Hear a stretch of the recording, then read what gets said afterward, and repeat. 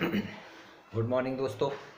आज हम तिलक जी के राजनीतिक जीवन पर सामाजिक सुधार और स्वराज मेरा जन्म सिद्ध अधिकार है, मैं इसे लेकर रहूँगा, इन विचारों के अध्ययन और चिंतन के लिए हमने विभिन्न पुस्तकें का सामूहिक अध्ययन किया और अपने स्वांतरंगम से संतुष्ट होकर इस व्याख्यान को तैयार किया है जो आपके सामने समक्ष है। बाल गंगाधर तिलक जी का बचपन का नाम केशव था। इनका जन्म 23 जुलाई 1856 ईस्वी में रत्नागिरी जिले में महाराष्ट्र में हुआ था। इनके पिता का नाम श्री रामचंद्र तिलक जो संस्कृत के महान विद्वान थे। जब वह 10 वर्ष के थे तो इनकी माता का देहावसान हो गया और 16 वर्ष की आयु के थे तब इनके पिता स्वर्ग सिधार गए। ऐसी विषम परिस्थितियों में इन्होंने अपना अध्यापन करा और गणित के महान प्रचंड पंडित हुए। संस्कृत का ज्ञान भी इन्हें अपने परिवार से मिला। इस प्रकार संस्कृत और गणित के महान प्रचंड विद्वान थे। इनका विवाह 10 वर्ष की कन्या सतभामा से हुआ। इन्होंने BA गणित से करा, उसके बाद LLB और प्राइवेट संस्थाओं में इन्होंने गणित का अध्यापन करा। इनके राजनीतिक जीवन को जानने के लिए हमें इतिहास के पन्ने पलटने होंगे, क्योंकि इनका जन्म 1856 ईस्वी में हुआ तो हमें 1857 क्रांति जो इतिहास के भारतीय इतिहास में बहुत महत्वपूर्ण है उसको देखना होगा। 1857 क्रांति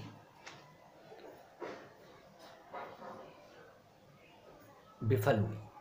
उसकी विफलता के कारण थे शीर्ष नेतृत्व का अभाव, आधुनिक हथियारों की कमी, क्रांति का समय से पूर्व शुरू हो जाना। इन कारणों से 1857 की क्रांति सफल न हो सकी। क्रांति सफल ना हो सकी और लेकिन अंग्रेज भयभीत जरूर हो गए। अंग्रेज समझ गए थे कि भारतीयों ने आक्रोश उन्हें दहला दिया। इस तरीके से उन्होंने ईस्ट इंडिया कंपनी का अंत कर दिया और इसके स्थान पर 1858 एक अधिनियम लाए जिसे बौद्धिक लोगों ने अधिकारों का मैग्ना कार्टा कहा। 1 नवंबर 1858 में इलाहाबाद में कैनिंग ने जो थे गवर्नर जनरल और इस अधिनियम के आने के बाद वो हुए वायसराय, उन्होंने इसकी घोषणा करी।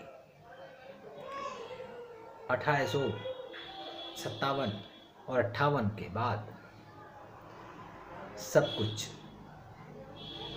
ये विश्वास दिला दिया अंग्रेजों ने कि सब कुछ ठीक हो जाएगा और हम पूरा कोशिश करेंगे ठीक करने की। इस धोखे में आकर भारतीय जनमानस भी शांत हो गया, उनका आक्रोश शांत हो गया। लेकिन 1876 ईस्वी से 80 तक और 80 से 84 तक लॉर्ड लीटन और लॉर्ड रिपन विल ने भारतीयों को फिर आक्रोशित कर दिया। इस बात को अंग्रेज अधिकारी एहुम ने भांप लिया और वह समझ गया कि अब 1857 क्रांति का कहीं दोबारा दूसरा चरण चालू न हो जाए। ये सोचकर उसने कांग्रेस जैसी संस्था की स्थापना की नींव रखी और उसे सेफ्टी बल के रूप में काम करा। दादा भाई नौरोजी ने इस संस्था का नाम कांग्रेस रखा और 19वीं सदी क्या उत्तरार्ध नवजागरण और चेतना, राष्ट्रीय चेतना का युग था। इस समय 1857 क्रांति के बाद ये पहला समय था जब भारतीय जनमानस आक्रोशित हो गया। दादा भाई नौरोजी ने अपनी निष्कासन नीति के द्वारा विदेशियों की आर्थिक नीति का विश्लेषण कर बताया कि किस तरीके से वह हमारे साथ आर्थिक शोषण कर रहे हैं, तब भारतीय जनमानस एकदम उत्तेजित हो गया और उत्तेजन से पहले कांग्रेस की स्थापना 28 दिसंबर और 1885 में हुई। इसके 2 चरण थे। इसे वैसे तो हम कांग्रेस को 3 चरण में बांट सकते हैं। एक 1885 लेकर 1905 तक, जिसे हम गोखले चरण या उदारवादी चरण कह सकते हैं। 1905 से लेकर 1920 तक तिलक का चरण, उग्रवादी चरण, लालपाल का चरण, और 1920 के बाद महात्मा गांधी या गांधीवादी चरण। आज हम सबसे पहले गोखले जी के बारे में हमने पिछली वीडियो में, पिछली क्लास में बात कर ली थी। आप उस वीडियो को देखें तो उदारवादी चरण और किस तरीके से वो एक पूरा पश्चिम था, ये भी आप जानेंगे। पहले हम कांग्रेस की उदारवादी चरण पर ही प्रकाश डाल लेते हैं। उदारवादी चरण 1885 से लेकर 1905 तक गोखले युग के नाम से भी जाना जाता है। गोखले, रनाडे, फिरोज शाह मेहता, दादाभाई नौरोजी इसके प्रमुख नेता थे। ये अनुनय, विनय और प्रार्थना की नीति पर काम कर रहे थे। इनका विश्वास था कि संवैधानिक तरीके से ही राष्ट्र में आज़ादी मिल सकती है, क्योंकि हमारा जब संवैधानिक तरीके से संविधान लागू होगा, हमारा प्रतिनिधित्व बढ़ेगा और अंग्रेज निकल जाएंगे, तब हमारे लोकतंत्र की स्थापना हो जाएगी। ऐसा ही विश्वास करते थे। और ये इस तरह कांग्रेस की बहुत सारे लोगों ने आलोचना भी करी। स्वयं तिलक जी ने कहा था कि वर्ष में हम एक बार मीटिंग करते हैं और हम मेंढक की तरह टर्राते हैं। एक बार टर्राने से हमें आज़ादी और स्वराज की प्राप्ति नहीं हो सकती। ये अनुनय, विनय, प्रार्थना से हमें आज़ादी की प्राप्ति नहीं हो सकती। हमें कुछ ठोस कदम उठाने पड़ेंगे, हमें आंदोलन करना पड़ेगा, हमें यह अहिंसा का मार्ग छोड़ना पड़ेगा, हमें बहिष्कार, स्वदेशी और राष्ट्र नीति, राष्ट्र शिक्षा जैसे नए कार्यक्रम और वो अपनाना होगा। लेकिन उदारवादी विचारकों का या नेताओं का दबदबा था 1885 से लेकर 1905 तक, और उन्होंने किस तरीके से तिलक जी को 1907 के सूरत अधिवेशन में बोलने तक का मौका न दिया, ये भी हम अभी आके देखेंगे। दूसरा चरण होता है उग्रवादी चरण 1905 से लेकर 1920 तक। इसे हम तिलक चरण भी कहते हैं, इसे लालपाल का चरण भी कहते हैं। इनकी आज़ादी के लिए जो पद्धति थी या तरीका था वो आत्मसम्मान, कि सबको आत्मसम्मान हो, स्वदेशी वस्तु हो, बहिष्कार हो, प्रतिरोध हो, राष्ट्र शिक्षा, ये थी। ये इनकी मुख्य पद्धतियाँ थी। सबसे पहले हम राष्ट्रीय शिक्षा को ही ले लेते हैं। राष्ट्रीय शिक्षा की आप अच्छे से जानते हैं, भली भांति परिचित हैं। अंग्रेज कभी नहीं चाहते थे कि भारतीय शिक्षित हो, समझदार हो, चिंतन स्तर का अध्ययन हो। वह केवल एक क्लर्क की ही परीक्षा, क्लर्क इस तरीके से अध्यापन करते कि बस वो पढ़ लिख जाए और क्लर्क तक ही सीमित रहे, वो IAS PCS या अधिकारी न बन पाए। इस तरह की शिक्षा पद्धति, और शिक्षा पर उनका कोई विशेष खर्चा भी नहीं था बजट में। जैसे प्राचीन काल में गुरुकुल हुआ करते थे, इस तरीके से गुरुकुल प्राइवेट सोसाइटी को शिक्षा का सदन खोलने का अधिकार दे दिया जाता था और कोई भी अपनी शिक्षा खोल कर बैठ जाता था।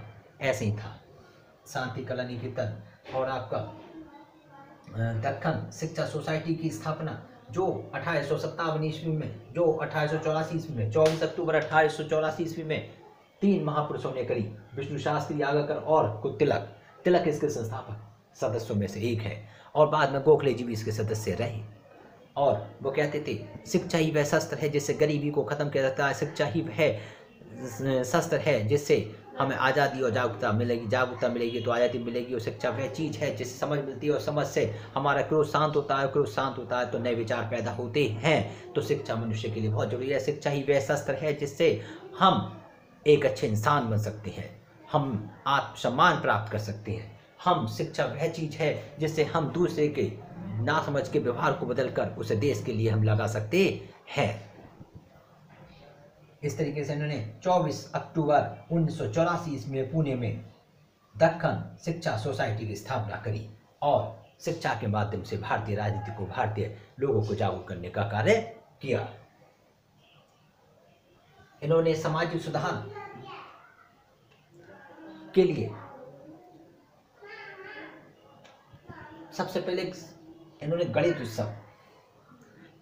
गणित उत्सव महाराष्ट्र में एक 1630 ईस्वी से शिवाजी के शासनकाल से ही जो 1630 से 80 तक चला था, वहीं से घर घर में पूजन का कार्य होता था, बहुत अनुष्ठान होता करते थे, घर घर में गणेश पूजन हुआ करता था। लेकिन उन्होंने उसकी रूपरेखा बदलकर एक आस्था को व्यवस्था में बदल दिया और 1893 में इन्होंने गणेश उत्सव और गणेश महोत्सव का मेला शुरू कर दिया।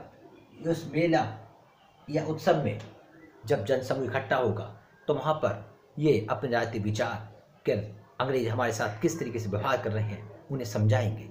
क्योंकि एक समुदाय जब एक जगह इकट्ठा होगा तो हम जब बताएंगे कि किस तरीके से सरकार हमारे साथ कर रही है तभी जागरूक होंगे। घर घर जाकर ये संभव नहीं था, तो इन्होंने गणेश पूजन को गणेश महोत्सव में बदलकर एक मेले में आयोजन कर कर इन्होंने राजनीतिक मंच बनाया और जागरूकता का एक स्थल बनाया। इसके बाद 1894 में शिवाजी उत्सव भी शुरू कर दिया। कोई मौका न छोड़ा। बंगाल गए तो बंगाल में भी वहाँ पर इन्होंने रविन्द्रनाथ टैगोर के द्वारा जब 1906 में बुलाया गया तो वहाँ पर भी इन्होंने एक उत्सव वहाँ पर भी कर दिया, जो आज भी हम बनाते हैं। खेलकूद का आयोजन, खेलकूद के आयोजन ये कबड्डी, नाविक दौड़ और तुम्हारी घुड़दौड़ इत्यादि, कबड्डी है, नाविक दौड़ है, तैराक के भी ये भी शौकीन थे। इससे इन्होंने बताया कि भारतीय कला कौशल में, खेल कौशल में पीछे नहीं है। उन्हें यदि प्रतिभा दिखाने का मौका मिल जाए तो वे हर क्षेत्र में जी सकते हैं। और बाद में जब वो ये एक उनका स्रोत था जिससे लोग इकट्ठा हों और उनके विचार लोगों तक पहुँचे। और इन सब, चाहे शिवाजी उत्सव हो, चाहे गणेश उत्सव हो, चाहे आपका ये खेल कूद का आयोजन हो, उनके माध्यम से वे लोगों को जागरूक करना चाहते थे। वो एक आदर्श शपथ दिलाते थे। इस आदर्श शपथ में 11 तरह के 11 बिंदुओं पर शपथ ली जाती थी और वे नशा मुक्ति पर विशेष जोर देते। नारी के जो विधवान नारी हैं उनके पुनर्विवाह पर भी उन्होंने जोर दिया। जातिवाद के लिए वो कहते थे यदि ईश्वर छुआछूत में विश्वास करता तो मैं ईश्वर को नकार देता हूँ। ये भी हमने देखा। इससे समाज सुधार, परंतु वह एक आमूल रूढ़िवादी राजनीतिक और आमूलवादी थे। आमूलवादी और रूढ़िवादी को हमें यहाँ से समझेंगे। उदारवादी चाहते थे पहले सामाजिक परिवर्तन हो, उसके बाद राजनीतिक अधिकार मिले। लेकिन आमूलवादी जो हैं वो ये कहते थे पहले सामाजिक परिवर्तन बाद में होते रहेंगे, पहले राजनीतिक अधिकार मिल जाए, उसके बाद हमें सामाजिक सुधार हम अपने आप स्वतः कर लेंगे। तो ये भी चीज़ हमें देखने को मिलती है। हम जरा और आगे विचार करने से पहले जो इनके समकालीन, इनके साथ और कई सारी समानताएं इनके साथ हमें देखने को मिलती हैं, गोखले जी के साथ इनकी समानता मिलती हैं, उन पर भी प्रकाश डाल लें। दोनों ही ब्राह्मण थे, दोनों ही शिक्षा का जो दोनों की शिक्षा एल्फिंस्टन कॉलेज में हुई। दोनों ही गणित के प्रचंड प्रोफेसर्स थे। दोनों की आत्मा ने पुकारा और अपनी नौकरी को, अपने व्यवसाय को, अपनी जगत की मोहमायों को छोड़कर देश की आज़ादी के लिए गए और समाज की सेवा करने के लिए तत्पर हो गए। दोनों ही डंकन सोसाइटी एजुकेशन सोसाइटी के सदस्य थे। दोनों को कला खेल कौशल में प्रबल रुचि थी। दोनों ही 1895 ईस्वी में संयुक्त रूप से कांग्रेस के सदस्य बने। देश सर्वोपरि था, जाति धर्म मजहब बाद में, इनके लिए देश पहले था। दोनों ही जातिवाद के विरोधी थे। यदि ईश्वर छुआछूत में विश्वास रखता है तो मैं इस ईश्वर को नकारता हूँ, मैं इस ईश्वर को स्वीकार ही नहीं करूँगा। ये इनकी जातिवाद के प्रति उद्गार विचार थे। दोनों ही पक्के मित्र थे, लेकिन एक संवैधानिक विचार से, एक संवैधानिक सुधार से, एक संवैधानिक तरीके से देश को आज़ाद करना चाहता था, तो दूसरा आंदोलन करके देश को आज़ादी दिलाना चाहता था। एक विदर्भ, महाराष्ट्र में विदर्भ है, वहाँ पर एक घटना हुई जब पूना में बम्बई से लेकर पूना तक अकाल पड़ा। तब भगत सिंह के पिता किशन जी और उनके चाचा ने पंजाब से आकर लोगों की, भूखे प्यासे लोगों के लिए अनाज भोजन की व्यवस्था करी, जल की व्यवस्था करी और उनकी सेवा भाव से ये बहुत प्रेरित हुए और जो है जितने भी अनाथ बच्चे थे उन बच्चों को वे सब अपने साथ ले गए। फिरोजपुर में एक अनाथालय खोला, वो भारत का प्रथम अनाथालय था उन्होंने बहुत प्रशंसा करी। और उन्होंने उसी समय एक भाषण में कहा था, एक सही राष्ट्र वो है जहाँ पर किसी भी राष्ट्र के क्षेत्र में कोई विपदा या परेशानी आ जाए तो पूरा राष्ट्र की वो समस्या बन जाए। मैं किशन जी को कोटि कोटि धन्यवाद देता हूँ, जिन्होंने ऐसे विषम समय में उन पीड़ितों की मदद करी। तो ये विचार भी हम देखने को मिले। तो हमारा प्रथम अनाथालय भारत में, जो कि 1900 ईस्वी में फिरोजपुर में बना, जो भगत सिंह के पिता किशन जी ने बनाया। इस प्रकार 4 जनवरी 1881 ईस्वी में इन्होंने केसरी मराठी भाषा में और मराठा अंग्रेजी भाषा में 2 साप्ताहिक पत्रिकाएं निकाली। मराठा भाषा में तो निकाली, लेकिन अंग्रेजी भाषा में निकालने का इनका उद्देश्य यही था कि जो बौद्धिक लोग अंग्रेजों में विश्वास करते हैं, जो अंग्रेजों को ये सोचते हैं कि अंग्रेजी शासन से हमारा देश का विकास हो, कल्याण होगा, उनकी आंखें खुल जाए। इसलिए उन्होंने अंग्रेजी पत्रिका का श्री गणेश 4 जनवरी 1881 में किया। और इन पत्रिका के माध्यम से ही उन्होंने कई बार अंग्रेजी सरकार को दहला दिया।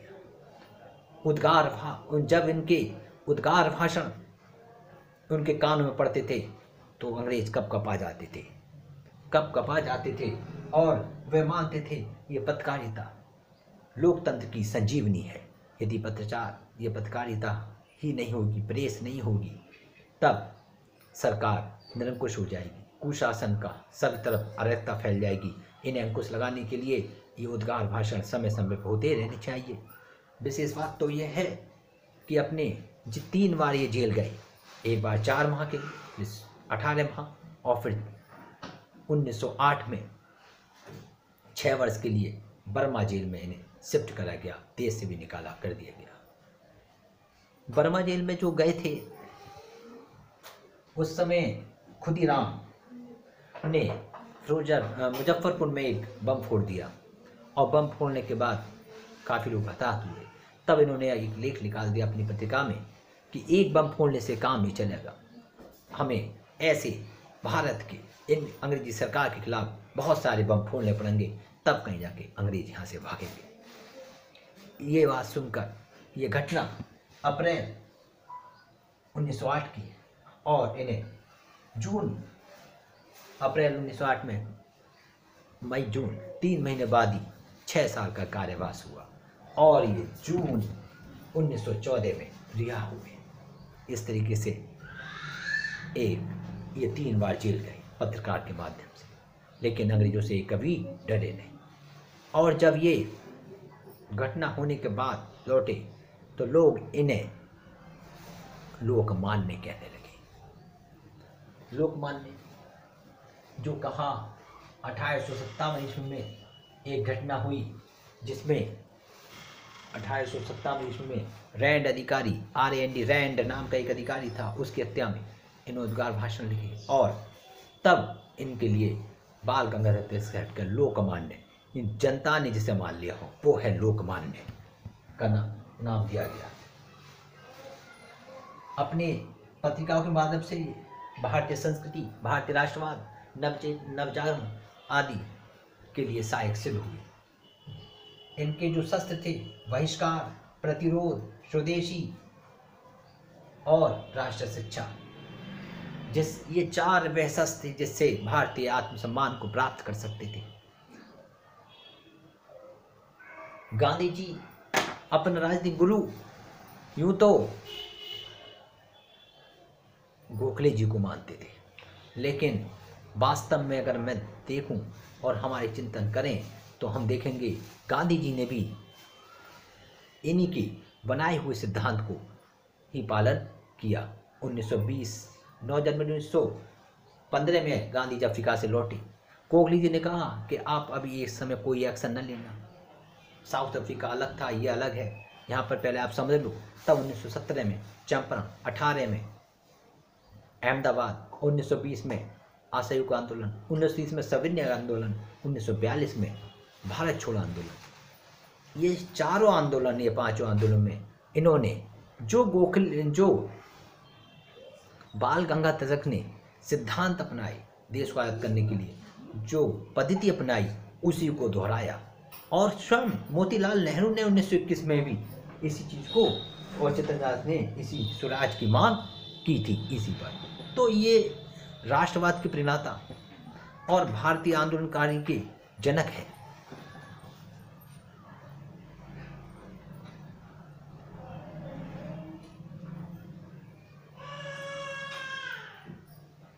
ये उदारवादी नीतियों के विरोधी थे।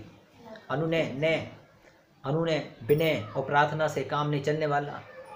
जब इन्हें कोर्ट में प्रस्तुत किया गया तो कोर्ट में भी इन्होंने चिल्ला चिल्ला के कहा, स्वराज मेरा जन्म अधिकार है और मैं इसे लूँगा। और ये नारा, ये कुछ शब्दों का वाक्य भारतीयों के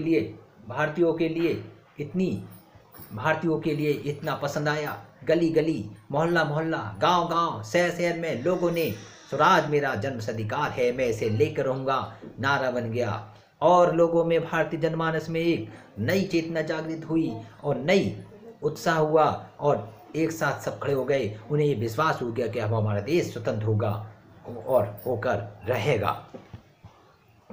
स्वदेशी चीज़ों के लिए जब इन्होंने स्वदेशी आंदोलन के लिए आवाज़ उठाई कि हमें विदेशी चीज़ों का बहिष्कार करना चाहिए, हमें अपने स्वदेश से बनी हुई चीज़ें लेनी चाहिए, तो इनका प्रभाव हम पूरे जनमानस पर पड़ा। यहाँ तक कि छात्रों पर पड़ा, शिक्षकों पर पड़ा। जब परीक्षाएं हो रही थीं और ये परीक्षा में छात्रों ने कॉपी फाड़ कर विरोध करा और कहा कि ये कॉपी जो है, इसका जो कॉपी का पेपर है वो विदेश में जाकर छपाए, हम इस पर परीक्षा नहीं देंगे। पुलिस बुलाई गई और पुलिस बुलाने के बाद जब वो बैत मारे, बोले हम पिटने के लिए तैयार हैं, लेकिन ये बैत भी विदेशी हैं, हम अपने देसी बैत से पिटेंगे, आप देसी बैत मंगाइए। तो इतना जुनून सवार हो गया जनमानस पर कि छात्राएं भी, और जब छात्र छात्राएं और शिक्षक किसी चीज़ उठा लेते हैं तो सरकार को झुकना पड़ता है, सरकार भी संकट में आ जाती है, सरकार को भी अपने निर्णय परिवर्तन करने पड़ते हैं। ये इस बात का इतिहास गवाह है। हम महत्वपूर्ण टकराव तो जहाँ गोखले जी और तिलक जी पक्के मित्र हैं, लेकिन महत्वपूर्ण टकराव हम कब देखते हैं, जब 1907 आती है। 1907 में कांग्रेस का अधिवेशन होना था नागपुर में, लेकिन हुआ सूरत में। यहाँ पर अगर सूरत में नागपुर में होता तो गोखले जी कांग्रेस के अध्यक्ष होते और हमारा देश, मैं समझता हूँ, उनकी मृत्यु से पहले 1 अगस्त 1920 से पहले आ जाता था, यदि गोखले जी और तिलक जी दोनों एक साथ आ जाते। लेकिन गोखले जी के तो मन में कुछ अलग था, वो ना हिंसा और ना आंदोलन के पक्ष में थे, वे तो संवैधानिक तरीके से ही देश को आज़ादी प्राप्त करना चाहते थे। सूरत में जब अधिवेशन होना था नागपुर में, लेकिन हुआ सूरत में। अगर नागपुर में होता तो अध्यक्ष ये होते, लेकिन अंडे फेंके गए। ये भारत कांग्रेस के लिए और भारतीय जनमानस के लिए बहुत दुर्भाग्य का दिन था। कांग्रेस टूट गई और ले देकर रासबिहारी को वहाँ कांग्रेस का अध्यक्ष बना दिया गया। कांग्रेस के अध्यक्ष रासबिहारी जी बन गए और लाल पाल बाल कांग्रेस से अलग रणनीति बनाकर कार्य करने लगे।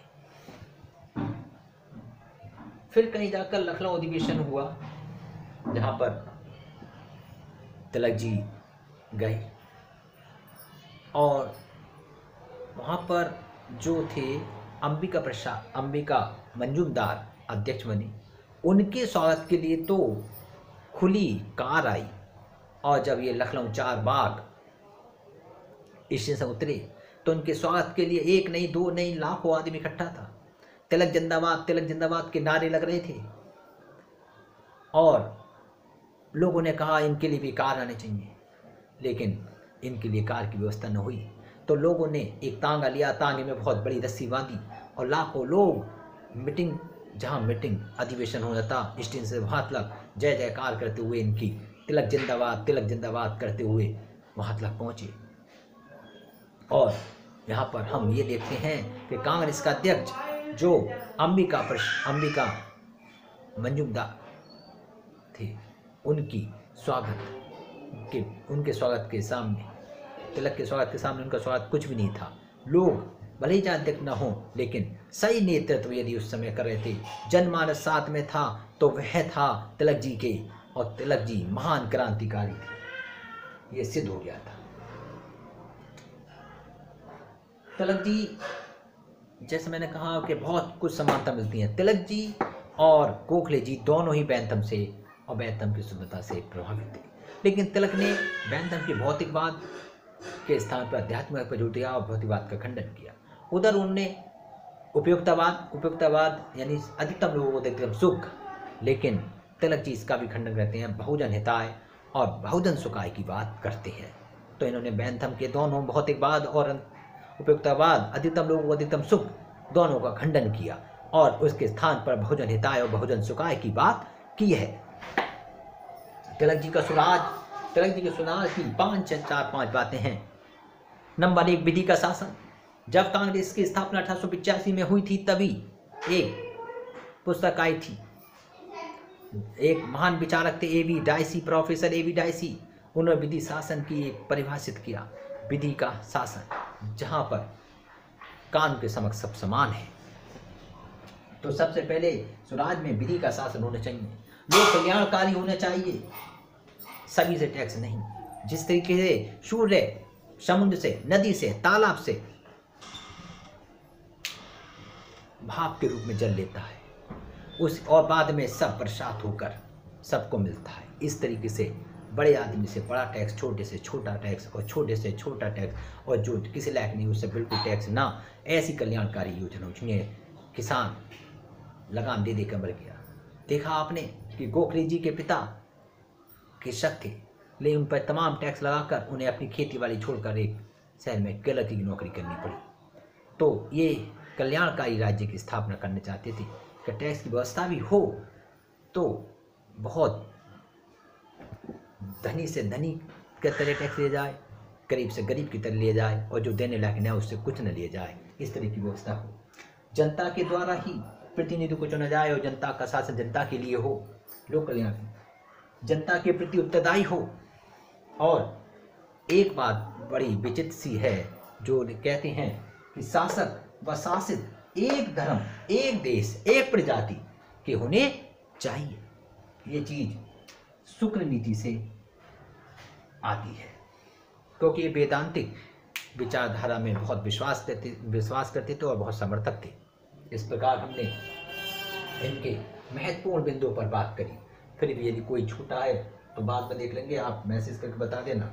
और इनकी 3-4 रचनाएं, जब इन्हें जेल हुई 1908 में और 1914 तक जेल में रहे, 6 वर्ष तक, तब इन्होंने वहाँ पर अध्यापन करा और गीता रहस्य नामक पुस्तक लिखी। जिस तरह हिटलर ने माई स्ट्रगल लिखी थी जेल में, ऐसे ही इन्होंने एक पुस्तक लिखी गीता रहस्य, जो बहुत ही ज़्यादा प्रसिद्ध हुई। और एक पुस्तक थी आर्टिक होम इन दी वेदास, और वेद काल की निर्णय, हिंदुत्व आदि महान पुस्तकें इन्होंने लिखी हैं। 1 अगस्त 1920 में वो दिन आया जब इन्हें निमोनिया हुआ, और निमोनिया से पीड़ित होकर ये महान व्यक्ति हमेशा हमेशा के लिए चिर निद्रा में सो गया। इनकी श्रद्धांजलि देते हुए महात्मा गांधी ने कहा था कि आधुनिक भारत का निर्माता आज चिर निद्रा में सो गया। और नेहरू जी ने इन्हें संबोधन किया कि भारतीय क्रांति के जनक हमें छोड़कर चले गए। लाला लाजपत ने कहा, इन्हें संबोधन किया था कि वह शेर की तरह धारने वाले महान निर्भीक व्यक्तित्व थे।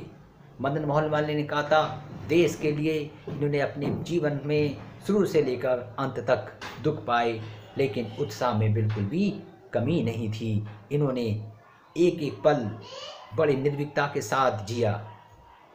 इस प्रकार हमने पूरी कोशिश करी कि हम बाल गंगाधर तिलक को और बिल्कुल समझने की कोशिश करें। जो पूर्व में क्वेश्चन आए हैं उनको भी समझने की कोशिश करें। मैं समझता हूँ आपको ये लेक्चर पसंद आया होगा और हमने उस चीज़ का विशेष ध्यान दिया जो पूर्व परीक्षाओं में क्वेश्चन आए हैं। ये महान क्रांतिकारी पत्रकार प्रबोधा राजनीतिक ऋषि थे जिन्होंने भारतीय नवजागरण को एक नई चेतना, नई जागृति दी। इनके सिद्धांत से ही गांधी जी अब आगे काम करेंगे। अब हम अगली वीडियो गांधी जी पर बनाएंगे और आप देखेंगे कि गांधी जी के गुरु तो गोखले जी थे, लेकिन वह सही शब्दों में अनुयायी जो हैं वो बाल गंगाधर तिलक जी के हैं। धन्यवाद।